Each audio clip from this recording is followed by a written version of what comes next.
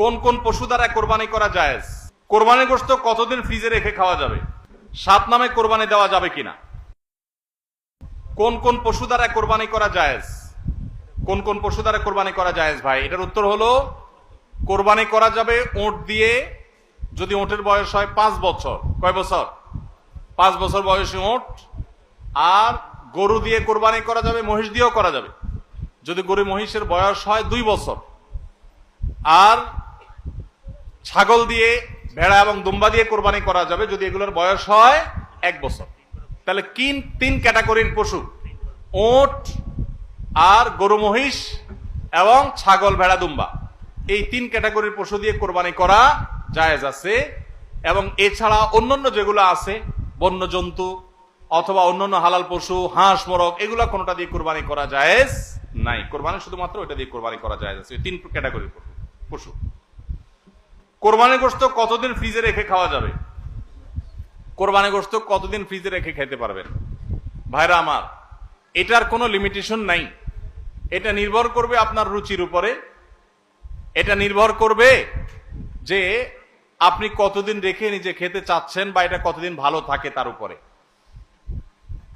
অনেকে খুব বেশি দিন গোশত ফ্রিজে রেখে, মাছ ফ্রিজে রেখে খেতে পছন্দ করেন না। ভাইরা আমার, কোরবানির গোশত যেহেতু আল্লাহকে আমি দিয়ে দিয়েছি, এটা আসলে আমার কিনা গোশতের মতো না। অতএব এখানে আমি যেটুকু পাই ওইটুকুই আমার জন্য বেশি, এই মানসিকতা থাকলে তাহলে গোশতের মধ্যে লাভ লস আর হিসাব করার মানসিকতা আমাদের থাকবে না। কোরবানির পশুর গোশত বেশিরভাগই দান করে দিবেন। আপনি 3 ভাগের 1 ভাগ দান করলেন, 1 ভাগ আত্মীয় স্বজনকে খাওয়ালেন, আরেক ভাগ আপনি রেখে দিলেন। এটা হলো মুস্তাহাব, কিন্তু এটা জরুরি না। কেউ যদি বেশিরভাগও রেখে দেয় তার কোরবানি হয়ে যাবে। উদ্দেশ্য যদি আল্লাহকে খুশি করা হয়, গোশতটা যদি মূল উদ্দেশ্য না হয়। কারোর উদ্দেশ্য হতে পারে যে আমি রেখে দিয়ে পরে আস্তে আস্তে আল্লাহর রাস্তে মানুষকে দিব, গরিব দুঃখীদেরকে রান্না করে খাওয়াবো, নিজেরাও খাবো, তো আলহামদুলিল্লাহ তিনি রাখতে পারেন। এটার কোনো লিমিটেশন নাই যে কোরবানি গোশত এতদিনে বেশি রাখা যায় না, এমন কোনো কথা নাই। আসন্ন কোরবানি নিয়ে যদি কিছু নসিহা পেশ করতেন, আমরা বলে ফেলেছি সেটা। 7 নামে কোরবানি দেওয়া যাবে কিনা?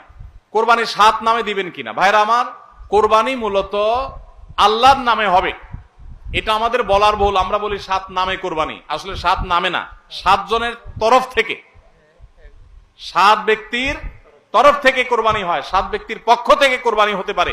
গরুতে, ওটে সর্বোচ্চ 7টা ভাগ হতে পারে, 7-এর নিচে হতে পারে, উপরে হতে পারে না। আবার ভগ্নাংশ হবে না, অর্থাৎ 1 ভাগ 2 জনে মিলে নিলে হবে না। বুঝে আসছে কথা? 3 ভাগ হতে পারে, 2 ভাগ হতে পারে, 7 ভাগ সর্বোচ্চ হতে পারে। 7 ব্যক্তির পক্ষ থেকে কোরবানি যথেষ্ট হবে। গরু এবং ওটে, মহিষে, এগুলোতে যথেষ্ট হবে। পরিষ্কার নবী করিম সাল্লাল্লাহু আলাইহি ওয়াসাল্লামের হাদিস রয়েছে। আজকাল অনেক আলেমরা এটা নিয়ে, বা কোন কোন আলেমরা এটা নিয়ে মত পার্থক্য করেন, দুর্ভাগ্যজনক সেটা। এটা নিয়ে সংখ্যাগরিষ্ঠ ইমামদের দ্বিমত নাই। আরব আজম কোন দেশে সংখ্যাগরিষ্ঠ আলেমদের কোনো দ্বিমত নাই যে গরু, ওট এগুলো 7 ব্যক্তির তরফ থেকে যথেষ্ট হবে। অভ্যাস করানোর জন্য কাউকে নফল ইবাদতের জন্য চাপ প্রয়োগ করা জায়েজ আছে কিনা? নফল ইবাদতের জন্য সাধারণ অবস্থাতে চাপ প্রয়োগ করা জায়েজ নাই, কিন্তু অধীনস্থ লোকজন, নিজের ঘরের লোকজন, তাদেরকে মৃদু চাপ দেয়া যেতে পারে, যেটা জুলুমের পর্যায়ে যাবে না। সেটা হলো দাবির জায়গা থেকে, সেটা শেখানোর জন্য, অভ্যাস করানোর জন্য অধীনস্থ নিজের পরিবারের সদস্য এরকম লোকদেরকে। তাও চাপ বলতে যেটা বুঝায় যে জবরদস্তি করলেন, কষ্ট হলো তাকে করালেন, এটা করা জায়েজ নাই, কারণ এটা ফরজ ইবাদত না। নবী করিম সাল্লাল্লাহু আলাইহি ওয়াসাল্লাম রমজানের শেষ দশকে পরিবারের লোকদেরকে ঘুম থেকে ডেকে তুলতেন ইবাদতের জন্য, নফল ইবাদতের জন্য। তো এই টাইপের পরিবারকে আপনি আহ্বান করতে পারেন, এটা কিছুটা জোরাজুরি বলা যেতে পারে বাহ্যিক অর্থে। কিন্তু চাপ প্রয়োগ বলতে জুলুম যদি বুঝায় বা জবরদস্তি যদি বুঝায়, তো অভ্যাসের জন্য জবরদস্তি করানো জায়েজ নেই, কারণ বিষয়টা নফল। পিরিয়ড অবস্থায় মুখস্থ সূরা বা কোরআনে কারীম থেকে তেলাওয়াত করা যাবে কিনা? পিরিয়ড অবস্থায় কোরআন তেলাওয়াত করার ব্যাপারে জমহুর বা সংখ্যাগরিষ্ঠ ইমামদের মত হলো, মা বোনরা পিরিয়ড অবস্থায় কোরআন তেলাওয়াত করবেন না।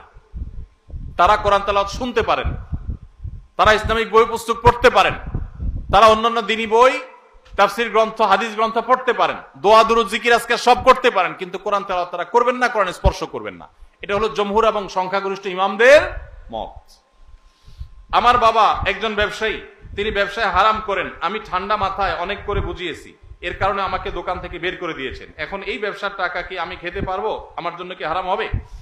পুরো ব্যবসাটা যদি হারাম হয়, এবং হারামের উপরে দাঁড়ায় থাকে, তাহলে আপনি নিজে যেহেতু দোকানদারি করতেছেন তার মানে নিজে কিছু করতে পারবেন, তাহলে আপনার জন্য জায়েজ নাই। আপনি প্রাপ্তবয়স্ক হলে আপনার বিকল্প উপার্জনের পথ আপনাকে খুঁজে বের করতে হবে। আপনি টিউশনি করে হোক, অন্য জায়গায় চাকরি করে হোক, নিজের হালাল উপার্জন করবেন। হারাম সম্পূর্ণ হারাম হলে সেটার উপর নির্ভর করতে পারেন না। হ্যাঁ, দুই একটা আইটেম হারাম আছে, ম্যাক্সিমাম হালাল, এরকম যদি হয় তাহলে সেক্ষেত্রে আপনার জন্য এটা সম্পূর্ণ হারাম হবে না। কিন্তু বাবাকে হারাম থেকে ফেরাতে পারছেন না, পরিপূর্ণ হারাম, তাহলে নিজে বিকল্প উপার্জনের পথ খুঁজে বের করবেন। কোনো কারণ ছাড়াই এই গ্রামের 3টি মসজিদে ঈদের জামাত অনুষ্ঠিত হয়, অথচ এই গ্রামে পূর্বে সবাই একত্রিত হয়ে ঈদগাহে সালাত আদায় করত। এ নিয়ে গ্রামের মানুষের মধ্যে বৈষম্য, মতপার্থক্য দেখা দেয়। ফলে গ্রামের মানুষ একে অন্যের উপর রাগ, ক্ষোভের সৃষ্টি হয়।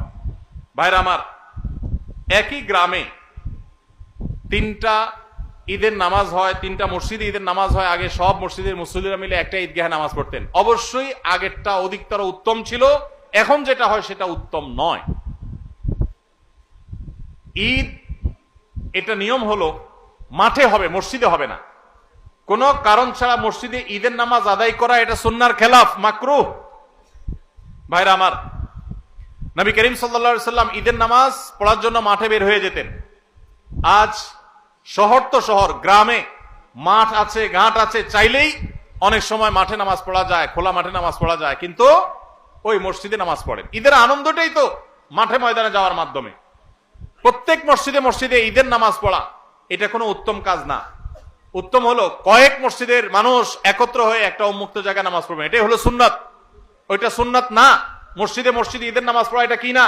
সুন্নাত না। অতএব আপনাদের এলাকাতে আগে যেটা হতো সেটা সুন্নাত, আবার যদি আপনারা সেটা প্রতিষ্ঠা করতে পারেন ভালো হয়। ভাইরা আমার, কেন মসজিদে মসজিদে ঈদের নামাজ হয়? কারণ কি? কারণ একেবারে পরিষ্কার। কারণ হলো সব মসজিদের কমিটির লোকজন তারা সবাই নেতা হতে চায়, কেউ কাউকে মানতে রাজি না। আরেক ঈদগাহে যদি যে নামাজ পড়ি তাহলে তো আমাদের ইজ্জত থাকবে না, তাহলে তো আমাদের সম্মান থাকবে না, মুখ থাকবে না। এই কারণে অনেকে দেখা যায় যে তারা নিজেরা সভাপতি, সেক্রেটারি, নিজেরা মোড়লগিরি, মাতবরগিরি করবে, এই জন্য নিজের মসজিদে জামাত শুরু করে দেয়। মোড়ল মাতবরগিরি করার যদি উদ্দেশ্য হয় তাহলে এটা কিসের ইবাদত? ইবাদত যদি নবী করিম সাল্লাল্লাহু আলাইহি সাল্লামের আনুগত্যের নাম হয় তাহলে আপনার মসজিদে নয়, বরং সেটা মাঠে হবে। প্রত্যেক মসজিদ না, কয়েক মসজিদের মানুষ মিলে ঈদের নামাজ হবে। দেখুন, ইসলামের নামাজের ব্যবস্থাপনাটা এত সুন্দর। 5 ওয়াক্ত নামাজ পাঞ্জেগানা মসজিদে হবে। প্রত্যেক এলাকার ছোট ছোট ঘর বাড়ির, ছোট বড় ঘর বাড়ির লোকেরা তারা দিনে 5 বার একত্র হবে, কুশল বিনিময় হবে, একজন একজন হালপুরসি করবে। এটা একটা সৌন্দর্য। আবার জুমার নামাজ, জুমা মানেই হলো একত্র করে, যে অনেকগুলো পাঞ্জেগানা মসজিদের মুসল্লিদেরকে একত্র করবে জুমার নামাজ।